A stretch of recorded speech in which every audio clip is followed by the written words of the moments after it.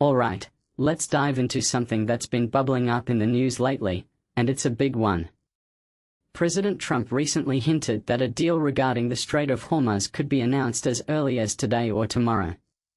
Now, if you're like me, you're probably thinking, why does this matter? Well, let me break it down for you. The Strait of Hormuz is this tiny yet incredibly strategic waterway between Iran and Oman. It's basically the world's oil highway, with about 20% of global oil supply passing through it. So, when it's closed, like it has been due to the ongoing conflict, the ripple effects are massive. Personally, I think what makes this really interesting is how quickly things seem to be moving. Just a few months ago, the US and Iran were at each other's throats, and now we are talking about reopening the strait? It's a stark reminder of how geopolitical tensions can shift on a dime. Now, here's where it gets even more fascinating. The proposed deal involves Iran and Oman coordinating the passage of ships through the strait. Ships would enter via an Iranian-controlled route and exit through an Omani-controlled one. But here's the kicker. There's been a lot of back and forth about whether there'll be service fees. Trump has been pretty vocal about not letting Iran charge tolls, saying, "If anybody's going to charge, we'll charge." In my opinion, this is classic Trump, bold, confrontational, and a bit unpredictable. But it also raises a deeper question: who really controls international waterways? And what does it mean when one country tries to monopolize access? What many people don't realize is that this isn't just about oil. The Strait of Hormuz is a symbol of global power dynamics. When Iran closed it, they were essentially flexing their geopolitical muscles, showing the world they could disrupt the global economy. Now, by reopening it, they're signaling a willingness to negotiate, but on their terms.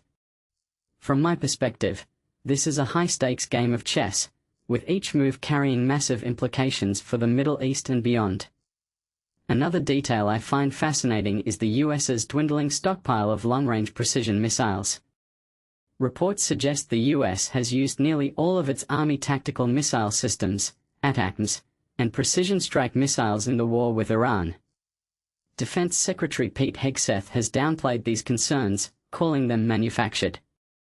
But if you take a step back and think about it, this is a huge red flag. What happens if the conflict escalates further and the US runs out of munitions?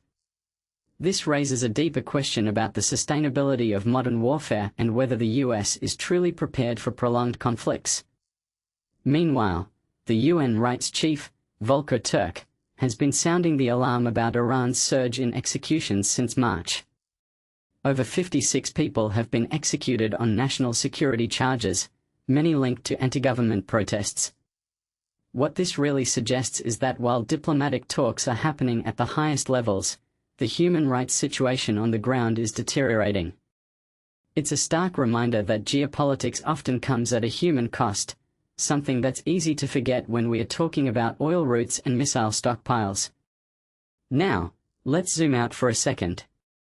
The Houthis in Yemen, backed by Iran, have been attacking Saudi oil tankers in the Red Sea. This isn't just a sideshow, it's part of a broader strategy to pressure Saudi Arabia and disrupt regional stability. What makes this really interesting is how interconnected these conflicts are. The Strait of Hormuz, the Houthi attacks, the Iran-US tensions, they are all pieces of the same puzzle. If you take a step back and think about it, this is a region on the brink, with multiple flashpoints that could ignite at any moment. So, where does this leave us? Personally, I think the potential reopening of the Strait of Hormuz is a small but significant step toward de-escalation. But it's far from a done deal. There are still so many variables at play, from Trump's unpredictability to Iran's internal politics to the broader regional dynamics. One thing that immediately stands out is how fragile this all is. A single misstep could send things spiraling back into chaos. As we wrap up, I'm left with this thought: in a world where geopolitical tensions are constantly shifting, how do we balance national interests with global stability? And what does it mean when the fate of the global economy hinges on a tiny strip of water? These are questions that don't have easy answers, but they're worth asking. So, what do you think? Is this deal a step toward peace, or just a temporary band-aid? Let me know in the comments below. Thanks for watching.